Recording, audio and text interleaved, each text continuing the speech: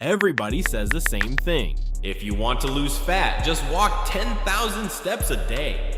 Some people swear it completely transformed them into Greek gods. Others say it's the biggest waste of time in fitness. Let's get into it. Instead of arguing with strangers on the internet, I decided to become the experiment. For the next 30 days, I walked at least 10,000 steps every single day. By the end, I learned something that completely changed how I look at cardio. Because while there were some benefits I expected, there were also a few downsides nobody warned me about. Before we get into what happened, we need to answer one question. Why 10,000? Because despite what most people think, it actually wasn't chosen because scientists discovered it was the perfect number. The idea became popular after a Japanese pedometer was marketed in the 1960s, and the name roughly translated to 10,000 step meter. The number stuck. Fast forward decades later, and suddenly everyone, from fitness influencers to your smartwatch, is telling you to hit that same target. But is there actually anything special about it? To find out, I kept everything else as consistent as possible. I continued lifting weights. I ate roughly the same foods. I kept my sleep schedule about the same. The only thing I intentionally changed was making sure I hit 10,000 steps every single day.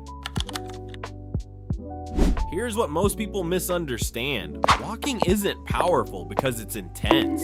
It's powerful because you can do a lot of it. Unlike sprinting, or HIIT, or long distance running, walking barely beats up your joints. You recover quickly, your heart rate stays relatively low. And because it feels easy, you're willing to do it every single day. That consistency matters because every step burns a tiny amount of energy. Not much individually, but over thousands of steps, those calories start adding up. For someone around my size, 10,000 steps burned roughly 300 to 500 calories depending on pace, terrain, and how much of the walk was actually brisk.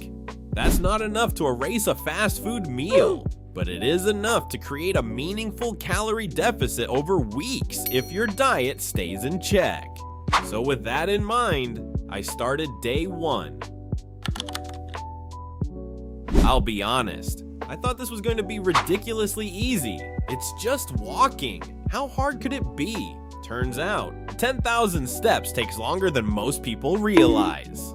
Depending on your pace, you're looking at somewhere around an hour and a half of walking throughout the day. If you already have an active job, that's not terrible. But if you spend most of your day sitting, those steps don't magically appear. I caught myself pacing around my room before bed, taking unnecessary laps around the gym during my rest, even walking circles around my kitchen just to watch the number climb. By the end of the first week, I noticed something surprising. Not physically, mentally. Instead of driving to the gym, I walked there. Instead of sitting during every break, I'd go outside and get some vitamin D. Movement slowly became automatic. But the biggest surprise came during week 2. But before we continue,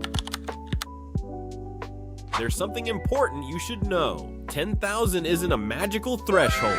Your body doesn't suddenly unlock a secret fat-burning mode the second your watch vibrates. Research suggests many of the health benefits begin well before 10,000 steps. For some people, 6,000 to 8,000 steps already provide most of the benefit. So why aim for 10? Because it's simple. It's memorable, and for a lot of people, it naturally pushes them out of a sedentary lifestyle. Not because 10,000 is magic, but because it's enough to make movement a habit. By week 2, something changed. Walking stopped feeling like another task on my checklist. It became part of my routine. I felt less stiff after sitting. I looked forward to getting outside, and oddly enough, my workouts actually felt better. Walking is incredibly low fatigue compared to harder forms of cardio, so instead of showing up to the gym exhausted, I still felt fresh enough to train hard. Recovery between sessions also felt smoother. Now, was walking solely responsible?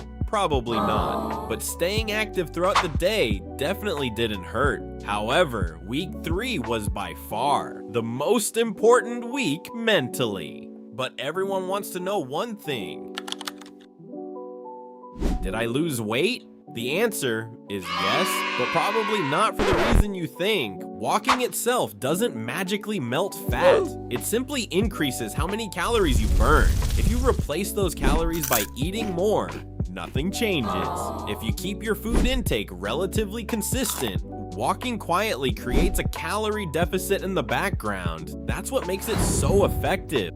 It doesn't require brutal workouts. It just rewards consistency. Week 3 was where motivation disappeared. The novelty was gone. Some days it was hot. Some days I was busy. Some days I genuinely didn't want to do it. And that's probably the biggest downside nobody talks about. Time. 10,000 steps sounds small until you're staring at your watch at 9 p.m. with only 4,000 steps.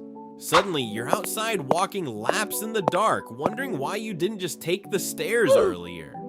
This challenge wasn't physically difficult, it was mentally repetitive, and yet, those were the days that mattered most. Because habits aren't built when you're motivated, they're built when you're not. By the final week, 10,000 steps felt normal. I wasn't checking my watch every hour anymore, and the daily walks became something I actually enjoyed instead of something I had to finish. Then came the final results. So, after 30 days, what actually changed? First, my weight dropped. Not dramatically, but enough to notice. Second, my legs didn't magically become shredded, but I definitely looked a little leaner overall.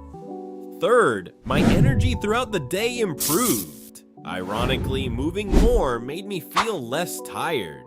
Fourth, my recovery felt better. Walking increased my activity without beating me up the way harder cardio sometimes can. And finally, I simply felt healthier. Not because walking is some miracle exercise, but because I spent far less time sitting. Now for the part nobody puts in their transformation videos.